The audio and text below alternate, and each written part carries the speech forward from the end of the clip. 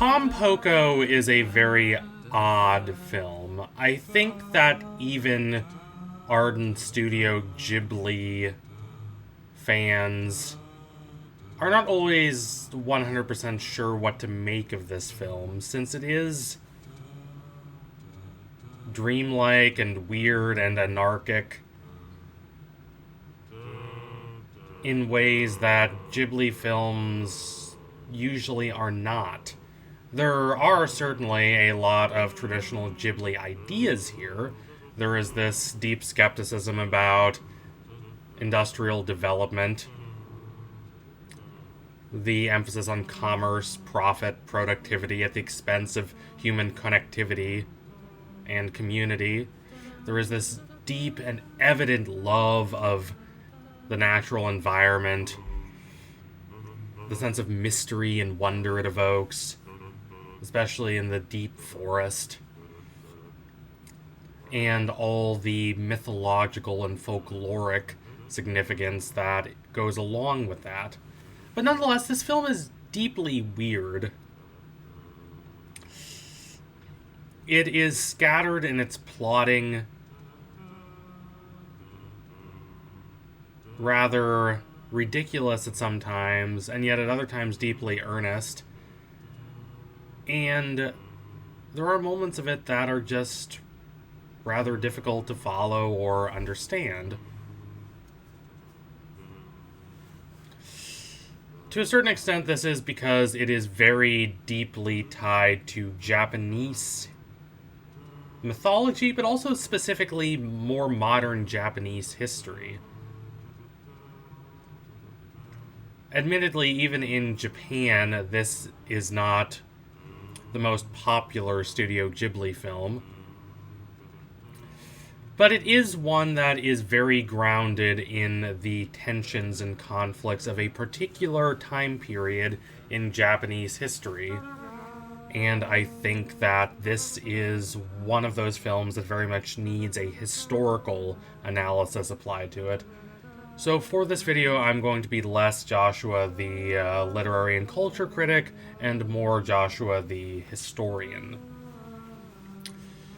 So, to understand this film, you have to understand post-war Japan, which was a mix of desolation and energetic hope for the future. The country, after waging war on half the world, had been soundly defeated, perhaps a just punishment for those in power, but for the ordinary people, the result was vast immiseration and suffering. The last year of the war was extremely difficult on the people of Japan, not simply because of the much discussed dropping of the atomic bombs on Hiroshima and Nagasaki, but also at least as much because of the fire bombings, not just of Tokyo, but of most major Japanese cities during the war. Even after the war, there was a period of great starvation. Things got better, but they got better only very gradually. It took until the mid-1950s for Japan's GDP to recover just to the same level it was at before the devastation of the war. And it is only in the late 50s, and especially in the 1960s, that Japan really embarks on this massive project of building everything, really transforming itself into a modern, democratic nation that works for the benefit of all of its people. And a big part of that was building housing. Most of the housing had been destroyed during the war, and Japan's population continued to grow, so there was this desperate need for a lot of housing to be built, and fast. This was also a time of suburbanization. There is a typical image of the post-war American suburb that is very car-centric, that is very unwalkable, that is kind of bleak and isolated in a lot of ways, even as it also served as a symbol during the post-war period of a kind of affluence and prosperity. Suburbanization happened to a greater or lesser extent in basically every developed country in the aftermath of World War II, but it happened differently, and Japan, of course, thought about this in a much different way than your typical American urban planner at the time. There was much more of an emphasis on trains and public transportation more generally. These communities were relatively more walkable. To us, certainly to me as an American observer, these post-war Japanese suburbs look actually quite idyllic. But nonetheless, these were not places with history. These were not places that were built from the desires and passions and cultural impulses of many centuries. These are just random places that popped up, and they felt quite sterile and antiseptic to a lot of people, including Miyazaki himself, who is very tied to the past and to the natural environment.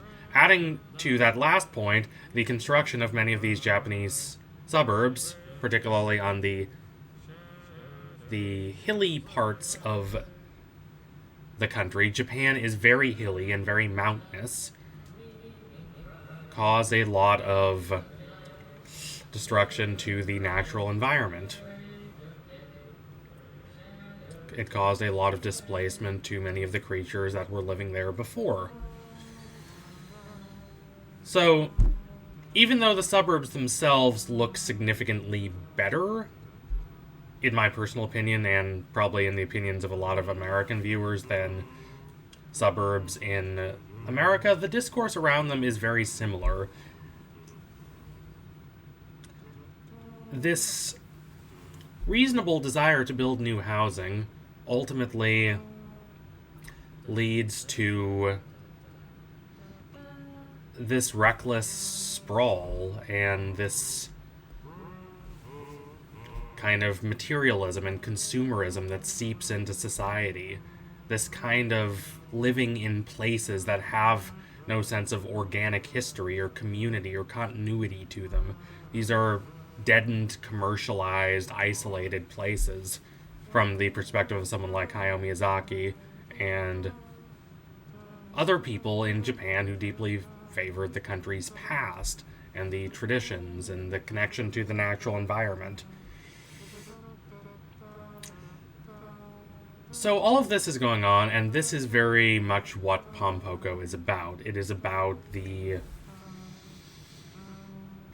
development of post-war Japanese suburbia and the conflict it creates with the literal natural environment, but also with these values of Japan. This sense of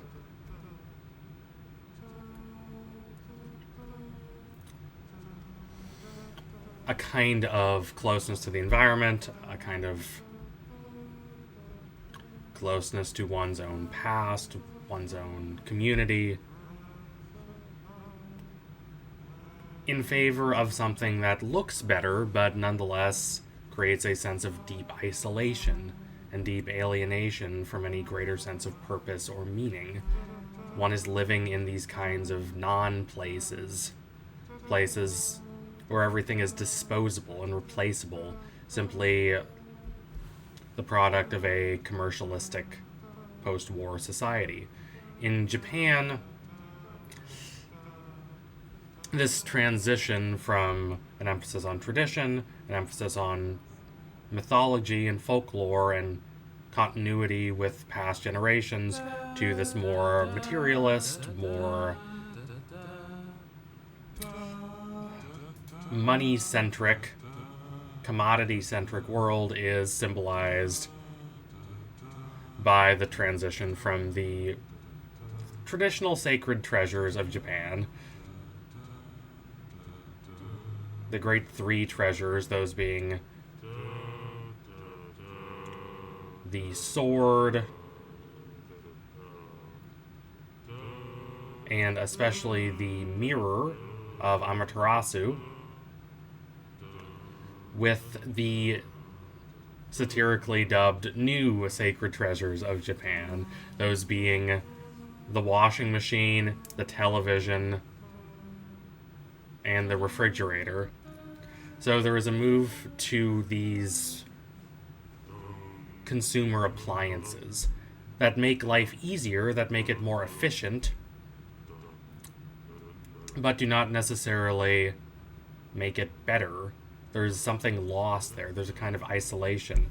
William Morris talks about this very well in England when it went through this period of industrialization, that it was done recklessly. It was done carelessly, separating material objects from any sense of artistry or creativity. These are not objects made by people who care. They're not made by people who have a deep connection to their labor, to their community, and to their own imagination and creativity. Instead, these are sterile objects simply produced for the benefit of the marketplace. They're produced en masse for commercial gain. And so they are replaceable. There is no semblance of creativity or thoughtfulness in them. So there is a loss of the past, a loss of a closeness to prior generations, and a loss of a closeness to an environment that feels alive, an environment that feels deeply rooted in the actions of people, that is organically built by people over the course of generations. All of that has been lost. Morris talks about this well. And people in Japan did read William Morris, but they also had their own versions of this. There were people like Morris in Japan who were very much interested in the folk art of their country. These useful objects made by hand with these patterns and traditions that had been built up in relation with the natural environment over the course of many, many generations, and yet inspired with the passion of the individual artist or artisan.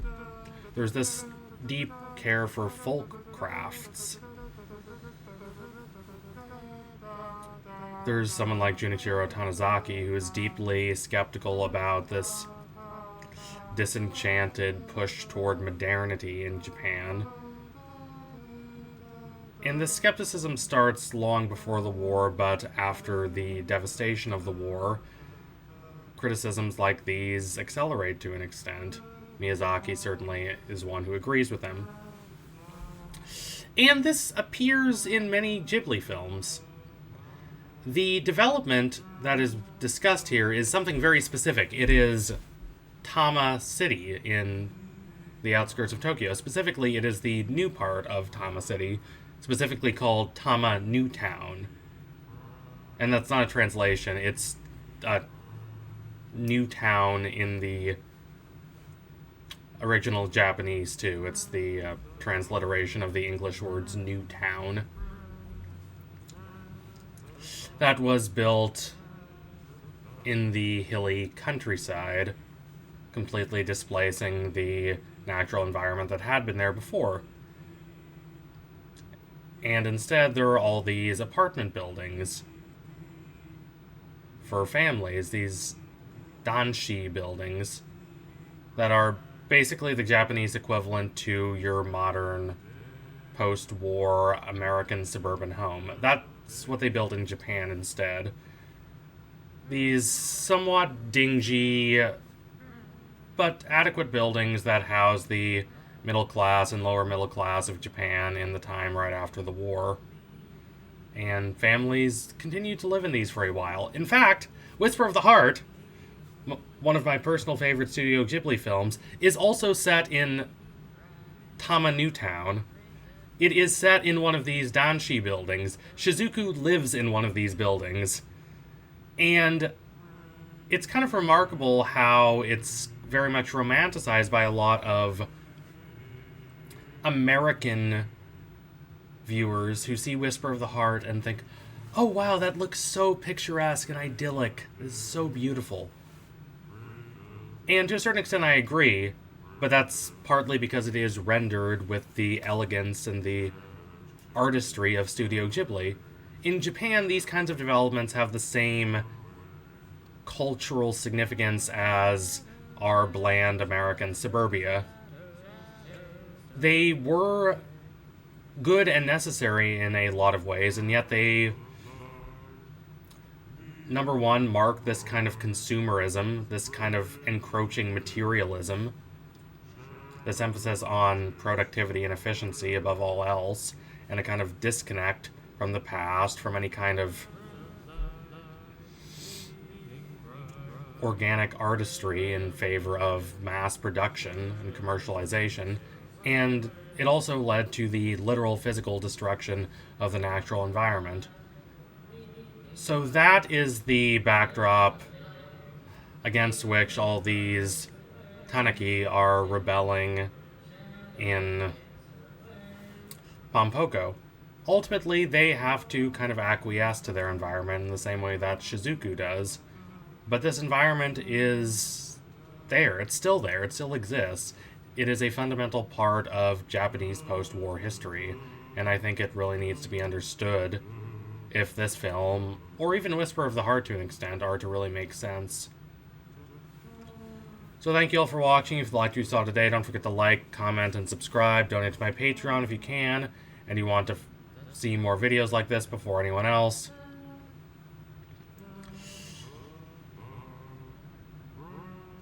It really is a contradiction, and there is a lot of ambivalence here. There is both a desire for people to be able to live, to be able to have housing, and there is a kind of acknowledgement that one needs to acquiesce to modernity to an extent. But at the same time, there's this acknowledgement that there is a deep sense of loss here.